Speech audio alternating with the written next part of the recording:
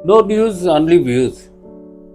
दोस्तों, आज हमारे साथ हैं स्टेट बार काउंसिल के वाइस चेयरमैन आर के सिंह सैनी जी। हम आपका स्वागत करते हैं। और मध्य प्रदेश में लगभग कितने अधिवक्ता हैं जो स्टेट बार काउंसिल से जुड़े?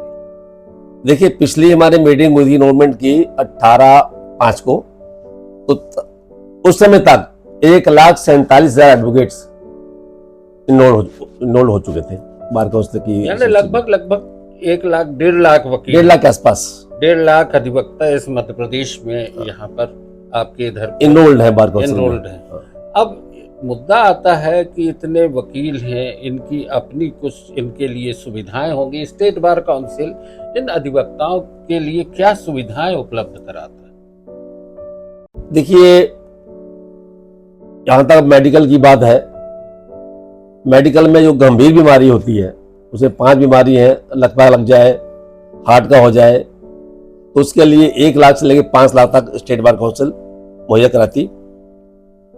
और छोटी मोटी बीमारियों के लिए 15,000 रुपये देती है बार काउंसिल। हालांकि एक आपने प्रपोजल दिया था बार काउंसिल ऑफ इंडिया को, वो 25,000 कर दी है, लेकिन अभी उसका चलन नहीं हुआ हमारे बार काउंसिल में। इसी तरह यदि किसी एडवोकेट की डेथ हो जाती है तो उसमें स्टेट बार काउंसिल 2,90,000 रुपये विद इन 10 डेज उनके जो भी परिजन हो जो उसको करता है उसके भी खाते में चले जाते हैं, और 1 लाख रुपए सरकार देती।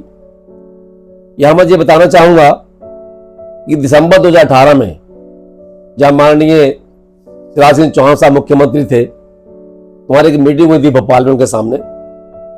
उन्होंने जी स्पष्ट कहा था, डेथ क्लेम के बारे में चर्चा हुई, उन्होंने स्पष्ट कहा कि जितना स्टेट बार काउंसिल देगी उतना ही स्टेट बार देगी। तो हमने with in 10 days general body meeting call करके 2.5 लाख रुपए कर दिया, लेकिन स्टेट बार गवर्नमेंट अभी भी 1 लाख देती है, वो भी 1 साल के बाद। यानी मध्य प्रदेश सरकार ने जो बोला था वो नहीं हो पाया, नहीं किया। कई बार उनको समन दिलाया, मंत्री बन के केंद्रीय मंत्री आए थे तब भी उनसे चर्चा की, तब आप बोल सकते हो मोहन यादव साहब को, अब तो कहा दिया हम तो अपना वायदा पूरा कर दिए, लेकिन अभी भी आपने वायदे से आप मुकरे हुए हैं, ये अच्छी बात नहीं है।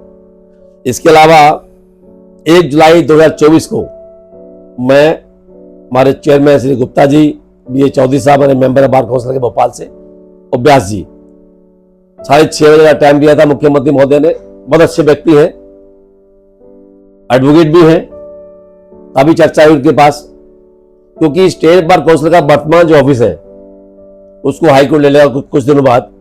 तो हाई कोर्ट ने द्वारा हमको 42,000 स्क्वायर फीट जमीन हाई कोर्ट के सामने जो मजार बनी है उसके पीछे हमको मिल चुकी है। उसका भूमि पूजन भी बहुत पहले हो चुका था, लेकिन पैसे नहीं है बार काउंसिल के पास।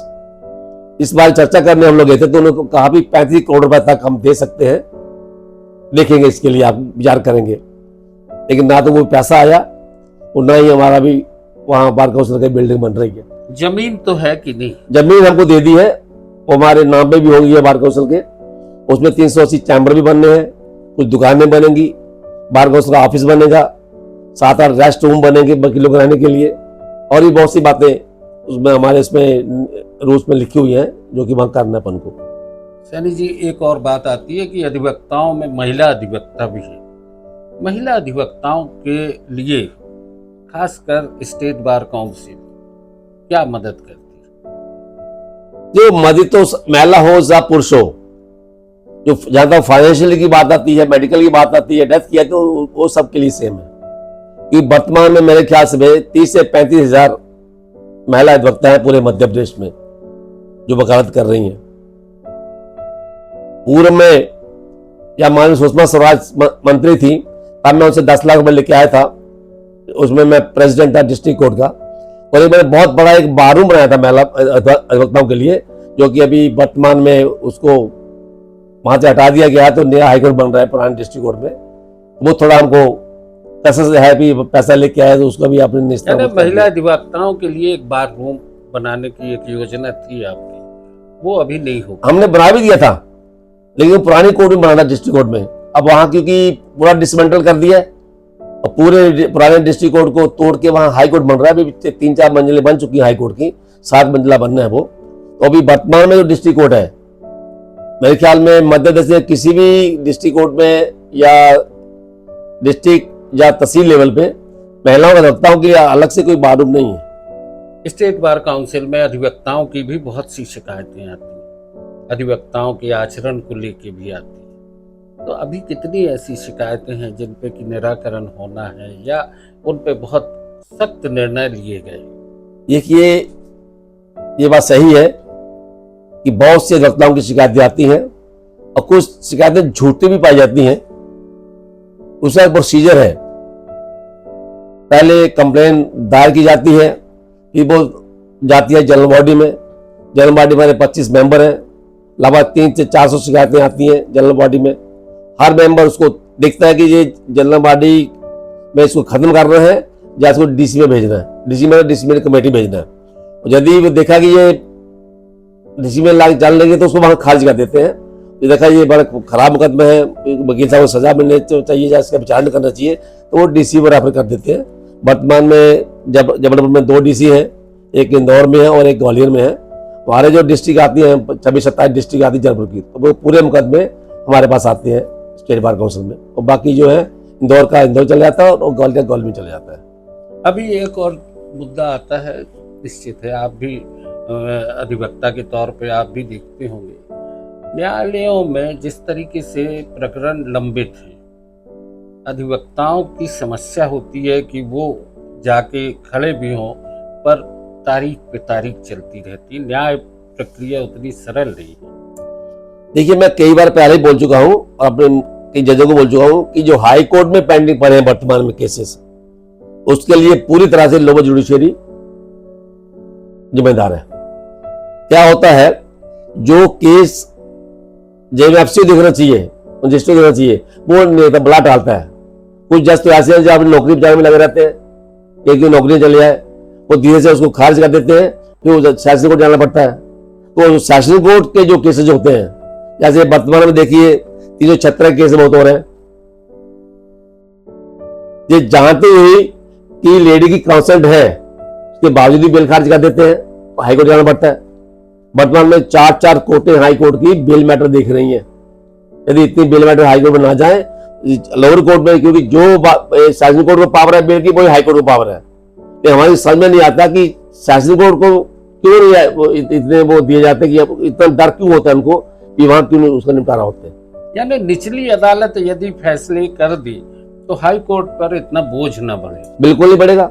वर्तमान में 4,80,000 मुकदमे पेंडिंग है पूरे हाई कोर्ट में। अच्छा, जजों की जो स्थितियां है, नियुक्ति को लेके भी बात आती है कि पर्याप्त न्यायाधीश नहीं है, क्या ये मुद्दा भी आता है? ये मुद्दा बहुत बड़ा है, पर्टिकुलरली हाई कोर्ट के लिए, क्योंकि डिस्ट्रिक्ट कोर्ट में तो बहुत जजेज हैं। इतने जज हमारा यहाँ का ले लीजिए जलपुर का लीजिए, हमारे जजों के जगह नहीं बैठने के लिए। हमारे 4 जज जो है मजिस्ट्रेट है, वो एक हॉल में बैठे हुए हैं। हाई कोर्ट में यदि 53 जजेस का सैंक्शन हाई कोर्ट में है, तो वर्तमान में टोटल 36 जजेज हैं। उसमें भी 3 जज अभी 9 अगस्त को, 13 अगस्त को और 26 दिसंबर को भी 3 जज हमारे रिटायर हो रहे हैं, लेकिन भर्ती बिल्कुल नहीं हो रही है। नए जजों की नियुक्ति न होना और न्यायालयों में प्रकरणों का लंबित होना, ये पीड़ा एक वकील की भी होती है और एक पक्षकार की भी होती है। पक्षकार न्याय के लिए वर्षों भटकता है और उसको न्याय नहीं मिल पाता है समय पर, तो न्याय की गरिमा गिरती है। बिल्कुल। अधिवक्ताओं की तरफ से इस तरह से कोई मांग क्यों नहीं उठती?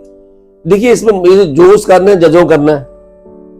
जजों यदि मनमानी करेंगे, देश से न्याय मिलेगा, देश से कभी न्याय मिलता ही नहीं है। हमारे वर्तमान में जो लोअर जुडिशरी है वो इतनी प्रेशर में काम करती है कि आनंद फानन में केसों का डिस्पोजल करती है, उनके फैसले नहीं कर पाती। सैनिक जी, एक और बात है, अक्सर आम जनता के बीच में एक भावना आती है कि न्याय बिकता है, क्या ये लगता है आपको? बिल्कुल लगता है।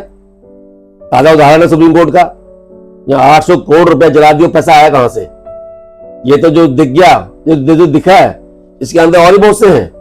मैं कहता हूँ बहुत से न्यायाधीश हमारे हैं जो लोअर कोर्ट के, वो ईमानदार से काम नहीं करते हैं। मतलब चिल्ला चिल्ला के बोलता हूँ काम करिए, नहीं करते काम, ब्ला टालते हैं, ब्ला क्योंकि नौकरी मिली है और अपने आप को खुदा समझते हैं जज लोग। बहुत से जज हैं वो अपने खुदा समझते हैं अपने आप को। दोस्तों, नो न्यूज ओनली व्यूज पर आज की चर्चा यहीं तक। बहुत बहुत धन्यवाद।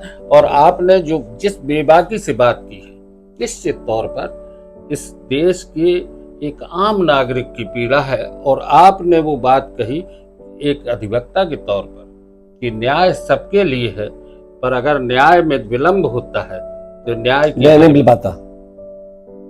धन्यवाद।